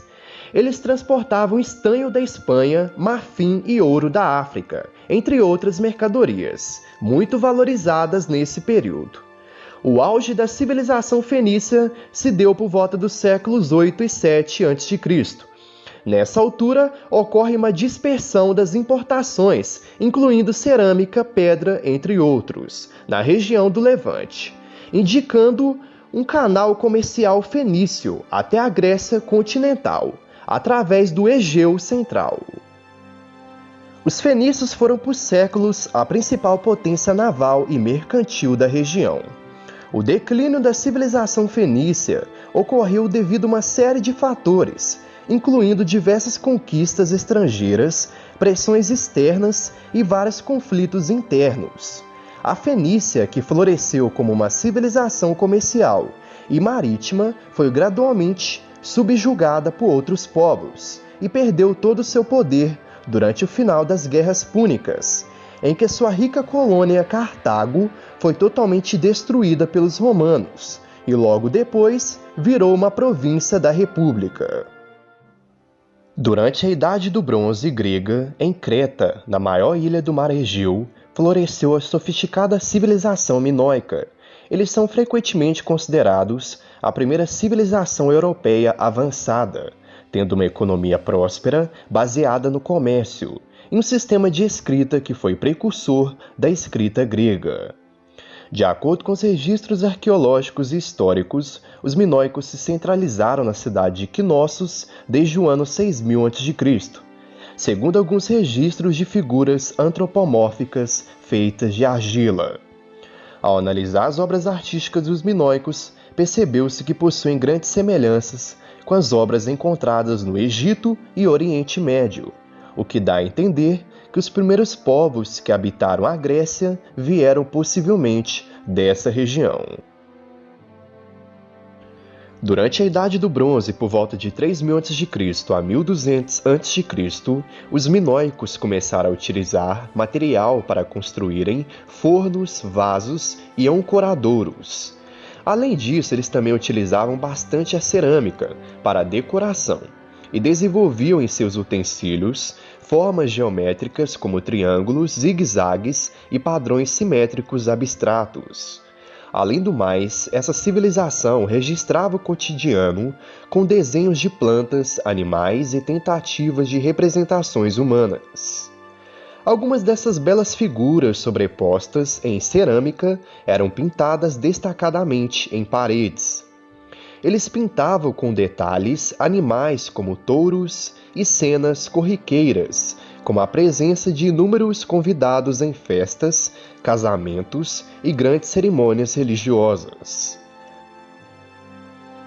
A arquitetura minoica era estruturada por tijolos, pedra e barro, e os palácios eram constituídos de complexos cômodos e corredores, com paredes maciçamente adornadas por figuras geométricas e representações de animais ferozes. Além do mais, os palácios contavam com grandes pátios, colunatas, tetos apoiados por colunas de madeira cônicas, escadas, extensos sistemas de drenagem e até espaços para espetáculos públicos ou procissões religiosas. Os palácios alcançavam até 4 andares de altura e espalhavam-se por vários milhares de metros quadrados, sendo estruturas extremamente complexas. Outro grau de desenvolvimento da cultura é a variedade e a qualidade das formas de arte praticadas pelos minoicos. Os achados de cerâmica revelam uma ampla gama de vasos, desde copos finos até grandes frascos de armazenamento. Nas paredes das habitações dos minoicos, percebe-se o amor dessa civilização pelo mar e pela natureza. Os minoicos foram uma das primeiras culturas a pintar paisagens naturais sem nenhum ser humano presente na cena, o que demonstra sua grande admiração pela natureza. Os animais também eram frequentemente representados em seu habitat natural, por exemplo, macacos, pássaros, golfinhos e peixes, embora os afrescos minoicos fossem muitas vezes moldurados com bordas decorativas de desenhos geométricos. E o próprio afresco principal, na ocasião, além dos limites convencionais, cobria várias paredes de um único quarto, o que cercava o espectador que lidava com a estrutura. Na religião, os minoicos misturavam seus cultos com divindades que acreditavam estar associados à natureza. O touro, que era repetidamente representado em suas manifestações artísticas, era considerado sinônimo de fertilidade. Porém, não se sabe muito sobre quais deuses eram adorados por eles. Mas há registro de esculturas de uma deusa-mãe, que parecia ser a divindade suprema da civilização. Os minoicos tinham um sistema numérico decimal baseado no egípcio, mas apresentava algumas diferenças. Além disso, eles desenvolveram um sistema de porcentagem, conhecimentos em astronomia que eram usados para a agricultura e na navegação, geometria, mecânica, canalização, tecnologia de esgoto e recuperação de terras. De acordo com a história, várias ilhas do mar Egeu, especialmente nas Cíclades, exibem as características de uma economia centrada no palácio, como visto em Creta. Em decorrência das intensas trocas comerciais empreendidas pelos minoicos, esse povo acabou desenvolvendo um sistema de pesos e medidas, na qual utilizava-se lingotes de cobre e discos de ouro com pesos determinados. Sendo assim, este sistema era utilizado pelos comerciantes e artesãos para determinar o valor dos bens. Em vista de sua privilegiada posição, os minoicos desenvolveram um intenso comércio com as civilizações do Mediterrâneo Oriental, assim como os povos da Europa Ocidental. Além disso, internamente contavam com uma notável rede de estradas, por onde as mercadorias eram transportadas. A história conta que os minoicos exportavam azeite, vinho, plantas medicinais, armas, joias, tecidos e objetos de cerâmica, além de importarem metais como cobre, estanho, prata, ouro, marfim, perfumes e obsidiana, assim como palmeiras e gatos do Egito. Na sociedade minoica, no topo da hierarquia, estava o rei chamado Minos, que possuía poder administrativo e legislativo. Abaixo estavam os nobres e membros da família real, que formavam a corte e possivelmente possuíam poderes consultivo. Além do mais, havia os funcionários especializados, como os escribas e os cobradores de tributos agrícolas e manufaturados, que exerciam poder burocrático. No âmbito sacerdotal, havia homens e mulheres, e o resto da população ocupava-se com a produção agrícola, manufatura de produtos e comércio interno e externo. As mulheres na sociedade minoica participavam de festas solenes e em cerimônias de culto até as ocupações mais modestas do lar. As mulheres desempenhavam diversos papéis como caçadoras, pugilistas, toureiras e sacerdotisas. Essas mulheres vestiam amplas saias em formas de sino, com sucessivos tecidos e faixas decorativas bem elaboradas, corpete apertado, deixando os seios expostos, sandálias bordadas, sapatos de salto e botinas, além de usarem joias como colares, pulseiras, brincos feitos de metais preciosos e pedras coloridas, coloração nos olhos e na face e tatuagens para as mulheres que se dedicavam ao ofício de sacerdotisa. Já os homens utilizavam roupas semelhantes a de pastores e tangas ornadas com desenhos em espiral e calçavam botas altas. Em ocasiões usavam turbantes ou um chapéu chato e redondo. Os tecidos utilizados pelos minoicos eram geralmente feitos de fibra de linho e lã, e também seda. Como diversão, os minoicos também apreciavam reuniões, teatro, dança e música. A dança possuía caráter religioso, e descobertas arqueológicas indicam que os minoicos já conheciam a lira, a flauta e a trombeta. Além do mais, os minoicos foram os precursores da escrita no Mar Egeu. Essa escrita, conhecida como linear A, é composta por ideogramas, ou seja, imagens de objetos ou conceitos que são reconhecíveis, mas que no início não continha nenhum valor fonético. E só mais tarde que as imagens adquiriram significado e marcaram sons fonéticos presentes nas palavras correspondentes. No ano de 1700 a.C., um terremoto acabou destruindo Creta, e junto com a ilha muitos de seus palácios. Entretanto, os minoicos trabalharam para reconstruir a cidade de Knossos e construíram complexos sistemas de esgoto e esculturas mais bem trabalhadas. No entanto, no século XV a.C., outra catástrofe natural causou efeitos muito mais drásticos, com a erupção de um vulcão na ilha de Santorini, antiga ilha de Derá, que acabou formando um imenso maremoto que destruiu grande parte dos portos minoicos. Esse fato acabou gerando uma guerra civil pelas dificuldades econômicas, o que facilitou a invasão dos povos dórios que estavam em ampla ascensão na região. Sendo assim, os povos minoicos que sobreviveram migraram para o leste e só foram assimilados aos dórios, que dominaram a ilha de Creta por volta de 1380 a.C., ocasionando o fim da civilização minoica, que outrora dominou a ilha de Creta.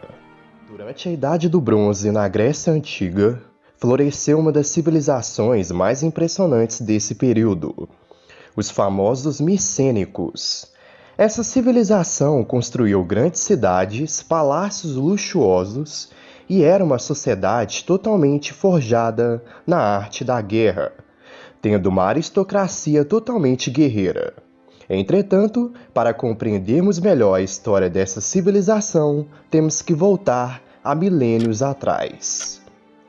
A civilização micênica desenvolveu-se na Grécia continental, aproximadamente entre 1600 a.C.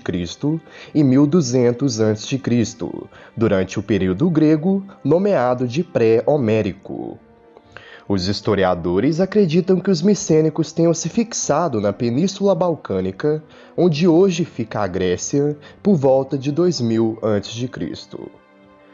Os micênicos foram totalmente influenciados pela civilização minoica, que floresceu bem antes, entre 2000 a 1450 a.C.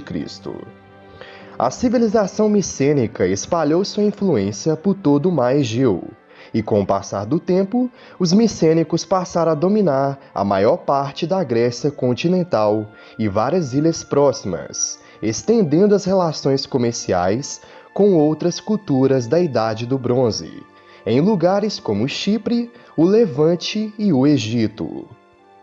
Com o tempo, os micênicos se estabeleceram em Creta, e especialmente em Knossos, substituindo os minoicos como a cultura que dominava o sul do mar Egeu.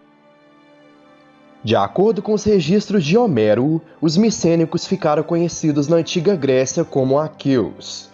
Eles foram responsáveis por estabelecer grandes cidades na região da Grécia, destacando-se o polo principal, que era a cidade de Micenas. Entretanto, as cidades de Tirinto e Argos também tiveram grande importância para essa civilização. As cidades micênicas, além de sua grandiosa arquitetura, eram muito fortificadas. Os muros das cidades micênicas eram muito altos e largos, o que demonstra que a guerra era uma noção importante para esse povo, que procurava proteger suas cidades fortificando-as. Apesar de Micenas ter sido a principal cidade e de ter dado seu nome ao povo aqueu, a organização política dos micênicos era baseada na autonomia de cada cidade. Sendo assim, a cidade de Micenas era a cidade mais poderosa, mas as outras eram independentes. Além do mais, as cidades tinham como ponto central o palácio. O palácio centralizava as questões políticas, religiosas, militares, administrativas e econômicas dos micênicos, sendo o local onde o rei controlava seus domínios e sua população. O rei era chamado de anax, cujo papel era religioso e talvez também militar e judicial. A escrita micênica era conhecida como Linear B e era usada para registrar as transações econômicas da civilização.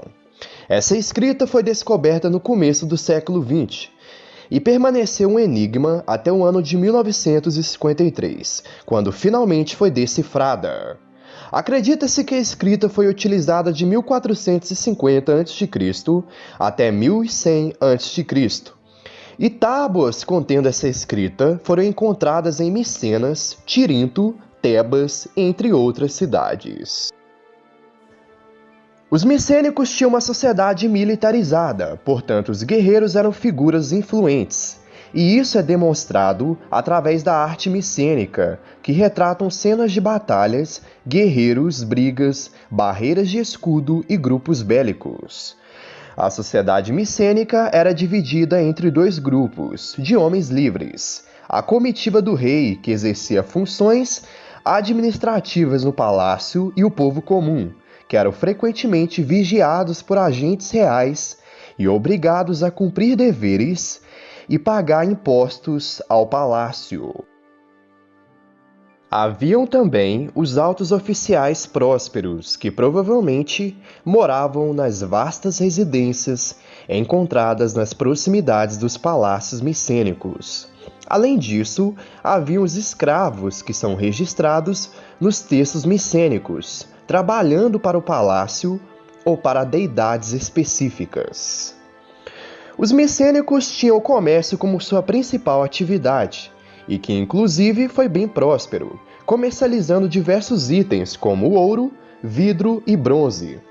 Acredita-se ainda que itens perecíveis como oliva e grãos também eram comercializados.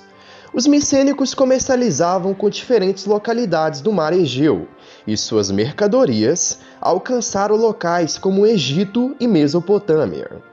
A interação comercial também foi intensa com a Península Italiana e o Mediterrâneo Ocidental. Os produtos micênicos, especialmente a cerâmica, foram exportados para o sul da Itália, Cilícia e Ilhas Eólias. Tais produtos também penetraram na região da Sardenha, Espanha e na Europa Central. O projeto mais famoso da era micênica foi a rede de estradas no Peloponeso, o que acabou facilitando o comércio e o rápido envio de tropas de soldados. Nesse período, a engenharia de infraestrutura mudou o cenário da Grécia. Os micênicos investiram no desenvolvimento de infraestrutura militar, com a produção e a logística militar sendo supervisionada diretamente dos centros palacianos. Segundo os registros da escrita micênica, toda a comunidade rural da civilização era obrigada a fornecer um certo número de soldados para o exército. Os exércitos micênicos, inicialmente, tinham como base a infantaria pesada, equipada com lanças, escudos grandes e, em algumas ocasiões, armaduras. Mais tarde, no século XIII a.C., a guerra micênica passou por grandes mudanças nas táticas e nas armas, e as unidades armadas tornaram-se mais uniformes e flexíveis, enquanto as armas tornaram-se menores e mais leves. A lança permaneceu como a principal arma entre os guerreiros locais, enquanto a espada teve um papel secundário no combate. Outras armas utilizadas pelo exército foram arcos, maçãs, machados, fundas e javelinas.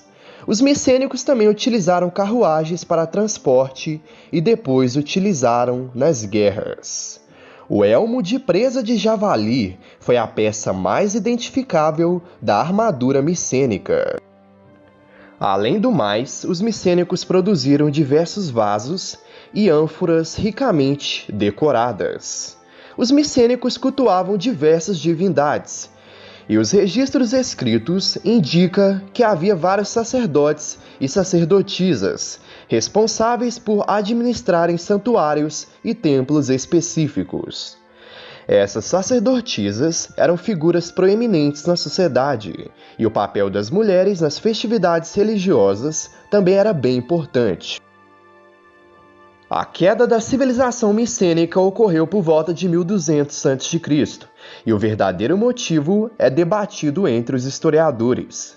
A explicação principal é que os micênicos foram atacados pelos povos dórios, e que os grandes centros foram totalmente destruídos e logo depois abandonados. Entretanto, outra versão diz que os povos do mar que vieram da região dos Montes Cárpatos, na Europa, destruíram as cidades micênicas e saquearam todos os seus bens. A decadência micênica fez com que a Grécia entrasse em um período de recuo civilizacional, uma vez que boa parte da riqueza material e a grandiosa arquitetura foi totalmente perdida.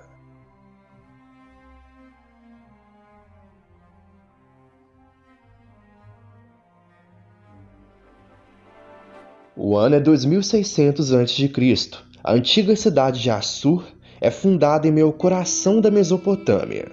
Os cidadãos dessa cidade mal imaginariam que um poderoso império que subjugariam as nações ao redor, com mão de ferro, surgiria dessa simples cidade. Os assírios foram um povo originário da Mesopotâmia, que criou um dos impérios mais poderosos do Oriente Próximo.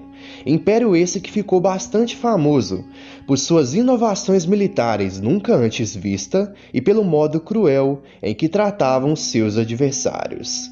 Entretanto, para compreendermos melhor a história do Império Assírio, temos que voltar um pouco no tempo para entender o começo dessa grandiosa civilização. Em 2600 a.C., a cidade de Assur foi fundada por um homem chamado Assur. De acordo com algumas tradições bíblicas, a cidade de Assur teria sido fundada por um homem chamado Assur, que era filho de Sem e neto de Noé, o suposto descendente do dilúvio. De uma maneira muito curiosa, anos depois Assur passou a ser adorado como uma divindade bastante cultuada pelos assírios. Divindade essa que era considerado o deus padroeiro da cidade, e a partir do nome Assur, a Assíria recebeu esse nome. Os primeiros registros que se referem aos governantes assírios surgem após 2000 a.C. No início, a Assíria consistia em diversas cidades-estados e pequenos reinos semíticos. A região dos assírios, em um determinado tempo, ficara sob o domínio de Sargão o Grande, o governante da Acádia, que acabou unindo todos os povos da Mesopotâmia sobre uma mesma língua e debaixo do jugo do seu império. Nesse período, os reis assírios eram apenas líderes pastoris. Os assírios finalmente se livraram do domínio do Império Acádio. Esse período ficou conhecido como Antigo Império Assírio, que durou de 2050 a.C. até 1378 a.C. Nessa época, a cidade-estado de Assur teve um grande contato com as cidades do Planalto da Anatólia, atual Turquia. Os assírios fundaram colônias mercantis na Capadócia, cidades essas que acabaram sendo essenciais para o desenvolvimento comercial assírio. O comércio consistia na produção de metal e produtos têxteis da Assíria, que eram trocados por metais preciosos na região da Anatólia. Sendo uma tradicional cidade-estado comercial, Assur era governada por um sistema de oligarquia. A autoridade era governada entre um soberano, que liderava uma assembleia e executava suas decisões. O terceiro centro de poder era o epônimo, que era eleito anualmente através de um sorteio e era responsável pela administração econômica da cidade, o que incluía a prerrogativa de aprisionar pessoas e confiscar propriedades. Nesse período da história, os assírios não eram uma potência militar, e isso fez com que eles fossem conquistados pelos hurritas, tornando-se vassalos desse povo por volta do século XVI a.C. Entretanto, foi esse trágico período que os assírios vivenciaram que fez com que eles construíssem um dos exércitos mais poderosos e organizados do mundo antigo. A consolidação e formação do Império Assírio se iniciou no século XVI a.C. Isso aconteceu quando os hurritas tiveram seu reino invadido pelos hititas, outro povo da região da Anatólia. Os hurritas tiveram seu rei morto no conflito, e sua principal cidade foi saqueada pelos hititas. Nessa ocasião, os assírios aproveitaram-se da situação para sair da condição de vassalo dos hurritas. Os assírios atacaram os hurritas junto dos hititas e tomaram parte das terras hurritas. Nesse período, o rei assírio era Assurbalite, que reinou entre 1363 a 1328 a.C., período que ficou marcado pelo início do Médio Império Assírio. Outro período de grande glória dos assírios foi durante o reinado de Tiglat-Pileser I, que reinou entre 1114 a 1076 a.C., inaugurando um período de expansão considerável do império. Devido às vitórias de seu pai contra a Babilônia, Tiglat-Pileser estava livre para desviar sua atenção para as outras regiões. Textos escritos dizem que durante os seus primeiros anos de reinado, o rei governou com mais confiança do que os seus antecessores. Em seu primeiro ano, como rei, ele derrotou a tribo dos Muski, uma tribo que havia assumido o controle de várias terras no norte 50 anos antes. As inscrições mencionam que o rei derrotou um poderoso exército de 20.000 homens, e após derrotá-los, permitiu que os 6.000 inimigos sobreviventes se estabelecessem na Assíria como seus súditos. Tiglat-Pileser também fez campanhas significativas no oeste. As cidades do norte da Assíria, que haviam deixado de prestar tributos décadas antes, foram reconquistadas e nem precisaram guerrear para se submeter às forças do rei assírio. Como resultado das campanhas de Tiglat-Pileser, a Assíria ficou um pouco sobrecarregada e seus sucessores tiveram que se adaptar para ficar na defensiva dos seus territórios. No ano 1000 a.C., a Assíria estava no ponto mais baixo do seu poder, com muitos assentamentos anteriormente grandes em ruínas, e governantes locais lutando contra novos chefes tribais pelo controle de terras que anteriormente faziam parte do império. Nesse período, os reis assírios nunca deixaram de acreditar que suas terras perdidas acabariam sendo retomadas futuramente. Mas, no final, o colapso dos hititas das terras egípcias do Levante beneficiou a Assíria. Com os antigos impérios destruídos, os territórios fragmentados ao redor do coração assírio foram facilmente conquistados pelo exército do império. Sobre o reinado do rei assírio Assur-dan II, que reinou entre 934 a 912 a.C., foram realizadas várias campanhas nas periferias do coração assírio. As inscrições indicam que o poder dos assírios nesse tempo estavam ressurgindo novamente. Assur-dan realizou significativas campanhas militares no Nordeste e Noroeste. Entre as várias vitórias do rei, uma principal foi a conquista de Katmuur. De acordo com uma inscrição, Assur-dan capturou Katmuur, arrasou o palácio real da cidade e acabou trazendo o rei da cidade para Arbela, e acabou esfolando e executando, e depois manifestou ainda mais a sua crueldade, exibindo a pele do rei na parede de uma de suas cidades. A reconquista da Assíria significava que um alto nível de crueldade tinha que ser mantido para evitar supostas rebeliões internas dentro do império. E isso foi adotado pelo Império como uma forma de aterrorizar seus inimigos, manter os vassalos na linha e implantar uma propaganda e guerra psicológica, deixando os supostos adversários do Império amedrontados com tamanha crueldade. As campanhas do rei Assur-dan foram fundamentais para o início da restauração dos assírios.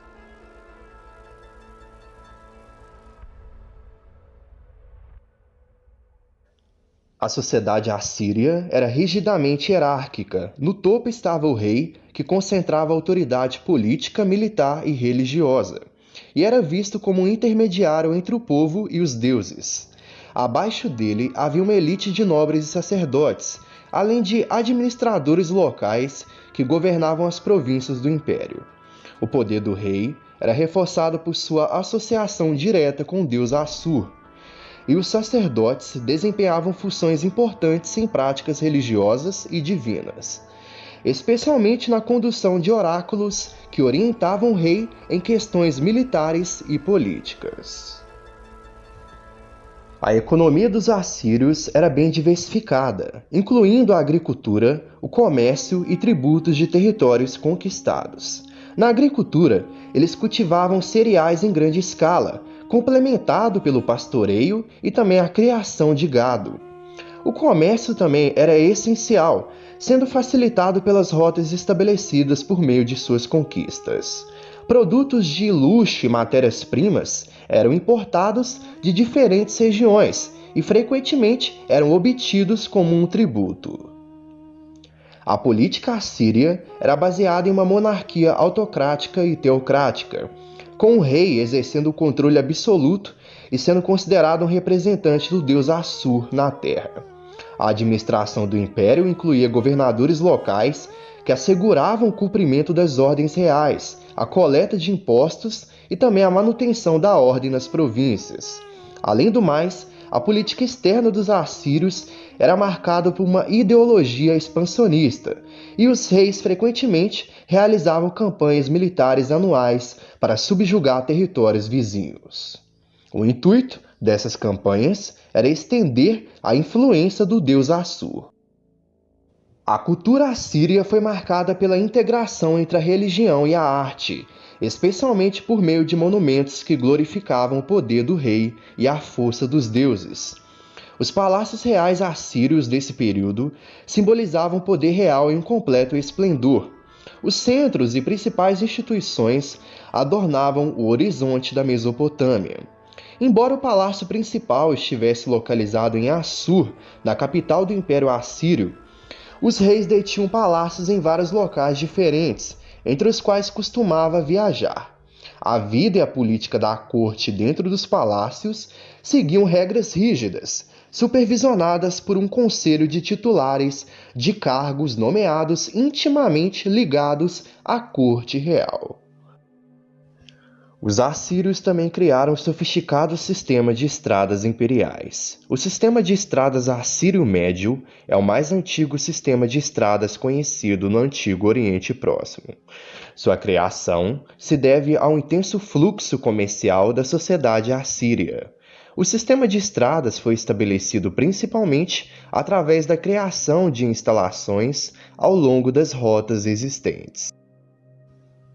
Assim que se instalaram na Mesopotâmia, os assírios falavam o idioma dos acádios, conhecido como acadiano. No entanto, com o passar do tempo, adotaram o aramaico como idioma principal. Eles também fizeram um largo uso da escrita cuneiforme, desenvolvida pelos sumérios. Os assírios conseguiram conquistar vastos territórios graças ao seu disciplinado e extremamente organizado exército. O exército assírio era equipado com tecnologias avançadas para sua época, como armas de ferro, cercos de guerra e arietes. O exército assírio era conhecido por sua brutalidade em combate, utilizando o terror psicológico contra os seus inimigos e aplicando punições severas aos que resistiam ao seu domínio. Relato dos próprios reis da Assíria descrevem massacres e destruições de cidades como formas de aterrorizar outras nações e garantir a obediência.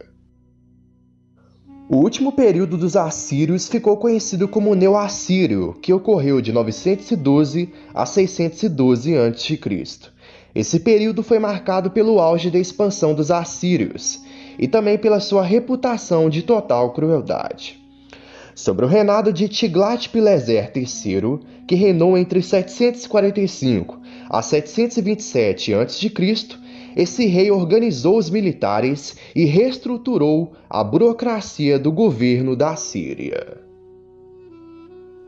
Ele também derrotou o reino de Uratur e subjugou a região da Síria. Sob o reinado de Tiglat-Pileser III, o exército assírio tornou-se a força militar mais eficaz da história até aquele momento, e forneceu um modelo para futuros exércitos que surgiriam logo depois, sendo exemplo de organização, táticas, treinamento e eficiência.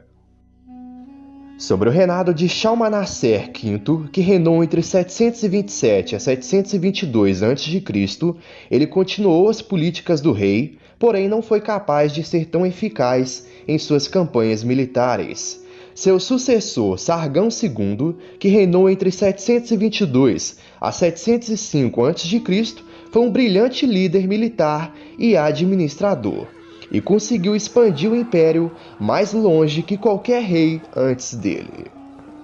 Ele manteve a coesão do Império Assírio, expandiu as fronteiras, melhorou a legislação e administração e manteve o tesouro real preenchido através de suas conquistas.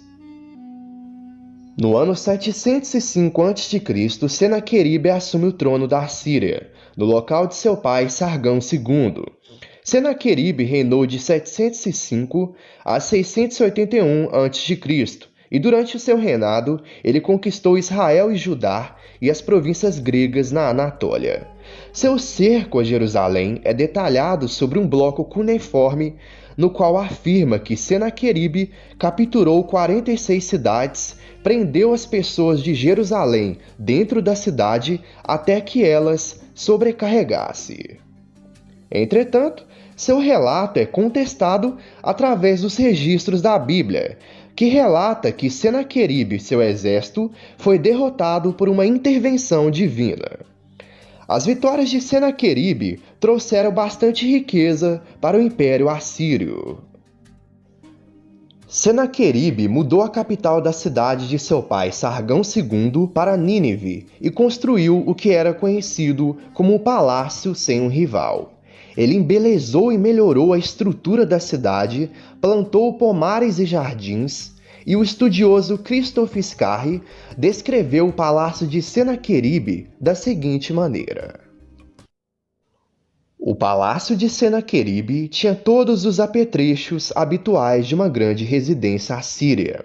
Figuras colossais de guarda e relevos de pedra impressionante esculpidos ao seu redor. Mais de 2.000 lajes esculpidas em 71 salas. Seus jardins também eram excepcionais. Essa foi a descrição do palácio de Senaqueribe. Em 668 a.C., Assurbanipal assume o trono da Assíria. Assurbanipal foi um monarca mais letrado dos governantes assírios e é conhecido nos dias modernos pela vasta biblioteca que ele colecionou em seu palácio em Nínive. Assurbanipal, durante o seu governo, destruiu o reino dos Elamitas, completou a conquista do Egito por seu pai e expandiu o império mais para o leste e para o norte. Reconhecendo a importância de preservar o passado, Assurbanipal enviou os homens de sua confiança para recuperar ou copiar os livros daquela cidade e trazer para sua biblioteca real em Nínive. Durante seu reinado, ele conciliou seu amor pela literatura, cultura e artes pelo modo cruel de lidar com seus adversários. Diversas cenas registram o modo cruel e impiedoso de como ele tratava os seus inimigos. Assurbanipal governou o império por 42 anos e após a sua morte, em 627 a.C., o império passou a desmoronar. Durante os anos seguintes, os governantes assírios não conseguiram manter os territórios juntos e logo algumas regiões começaram a se separar. Além do mais, rebeliões internas e descontentamentos eram frequentes. O descontentamento principal era a forma como os assírios lidavam com seus vassalos e que era de uma maneira muito cruel. Em 612 a.C., a cidade de Nínive foi saqueada e queimada por uma coalizão de babilônios, persas, medos e critianos.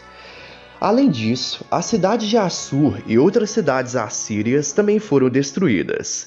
Nessa destruição, o palácio carregou as chamas flamejantes em direção à biblioteca de Assurbanipal. Porém, de uma maneira inusitada, isso acabou preservando a grande biblioteca e a história dos assírios.